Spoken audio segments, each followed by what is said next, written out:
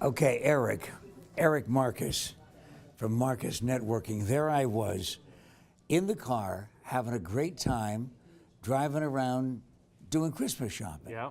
Phone rings. Guy that was taking care of our dog at the house says something happened with a leak. This was right after the rain. Mm-hmm. Spent 27 years dry. One rain, right over my desk and my computer. Gone. Well, actually, you know what?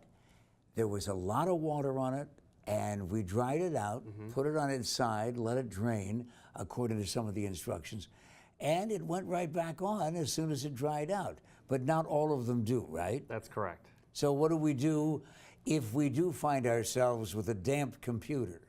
You know, unfortunately, you can't put it in a bag of rice like an iPhone, right, or a cell phone. So best thing to do is let it dry out, take it to an electronics store. They can actually dry it out for you. But don't use a hair dryer or something like that. Just let it dry out over its natural time. You think I have a hair dryer? Hey, you never know. And then you have to be really careful about when you plug it in. So Yes. Don't plug it into just a normal outlet. Get a battery backup or a surge protector, so if you Good. do fry it, it's not going to fry your whole house and if other electronics. If it was a phone, you said you could put it in a bag of rice? Yeah, a lot of people put it in a bag of rice and it'll dry it out. All right. Cooler temperatures now, I think automatically nothing can happen to our electronics. Correct that. Wrong. So for most of us who live in Arizona and it's beautiful outside and we have our flat screen TVs outside and we watch TV, a lot of people don't think about the cold because it's Arizona. So a lot of people think, hey, I'll just leave it outside in the cold and expose it to Mother Nature. But you can go get a cover for it from Amazon for 15 bucks. That'll keep it out of the cold weather, keep it a little bit warmer, keep it out of the rain and the wind.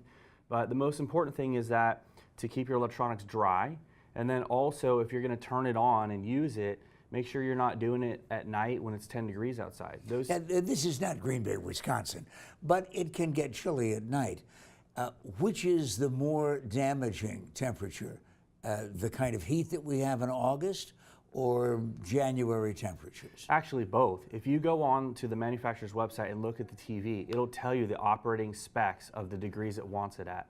So a lot of times anything below 40 degrees for a TV or anything above 120 for a TV can actually damage the screen, especially if it's a flat panel. Yeah, what about battery life this time of year? Same thing. I mean, any type of electronics, even your car, right? You let it warm up before you just drive it out of the driveway. Those types of devices need time to warm up a little bit. So using a cover on a TV or an appliance outside, things like that, would help extend the life of the product. You make miracles over there at your place, don't you? We try. Well, people come in, automatically think, that's it, it's junk, how do I get rid of it? How do I dispose of it? And I know that you folks over at Marcus say, well, let's see if we can't fix it first. Yeah, there's a lot of ways to fix computers and other electronics as well. Computers in particular, power supplies go out, they're $20, $30. You can buy them, replace them, and you're back in business. You don't have to buy a new PC.